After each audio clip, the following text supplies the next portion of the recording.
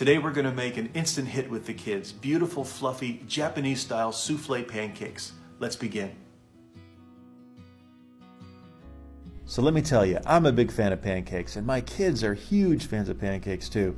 And these have become their favorite kind of pancakes, these Japanese-style soufflé pancakes. There's a million videos on the internet of how to make them. I've got a couple little differences that I like to do that make it, I think, a little easier to make. But anyway, here we go. We're going to begin by separating the eggs. We're going to then make the cake batter, which is going to be the egg yolks with vanilla, sugar, and milk. And we're going to whisk that up first pretty vigorously for a little while.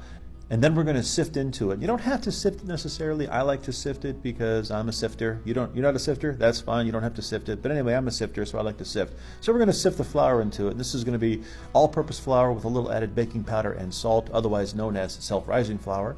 Anyway, we're going to go ahead and make a batter out of that and make that fully incorporated. And once we do, we'll set it aside.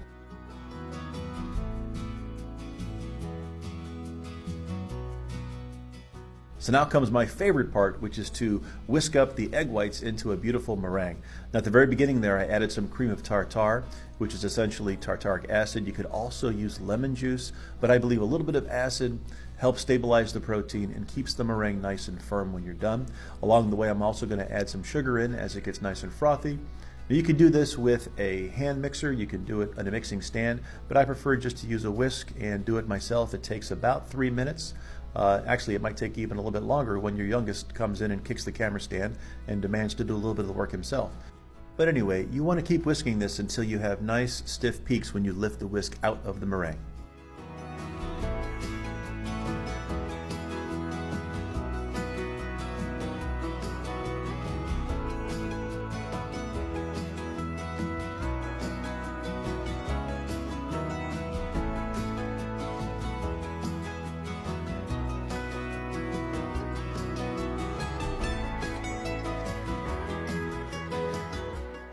And now comes the moment of truth in the entire process here, adding the meringue into the batter and folding it together.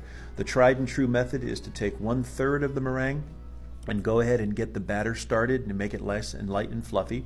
And they say you don't have to be too careful with this first third, but I like to still try to fold it in somewhat carefully and preserve as much of that fluffiness as I can. But then we go ahead and add the rest of it and fold it over very gently, producing a batter that, once is fully incorporated, is light and fluffy. The key here simply is not to overmix it.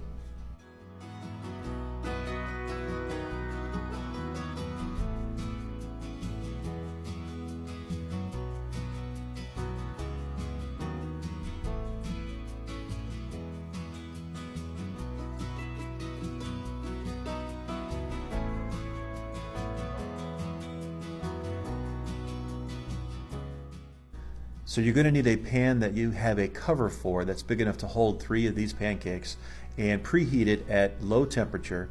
And now comes the fun part. Going to lightly grease that pan and then slowly add the batter in little lumps like this. And this is really a lot of fun because you get to really appreciate how tall these pancakes can be if the batter is nice and light and fluffy.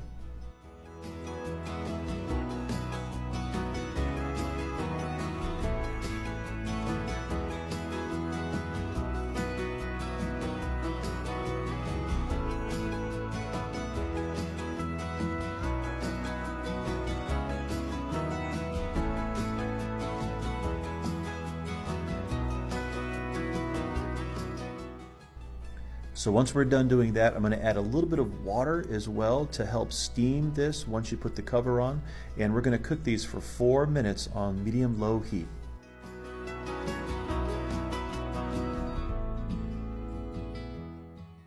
So now after we've left these alone for 4 full minutes, we're going to use our expert chef skills and flip these bad boys over.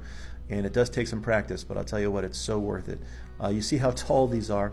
And don't worry if the batter spreads a little bit, that's just fine.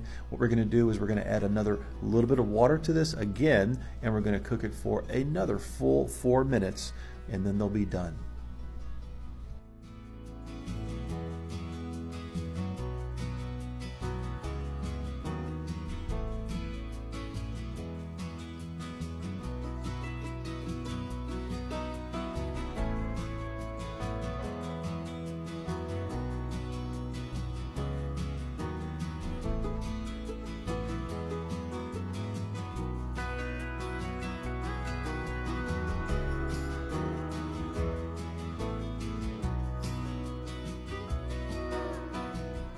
So that's it. Beautiful, fluffy Japanese-style souffle pancakes.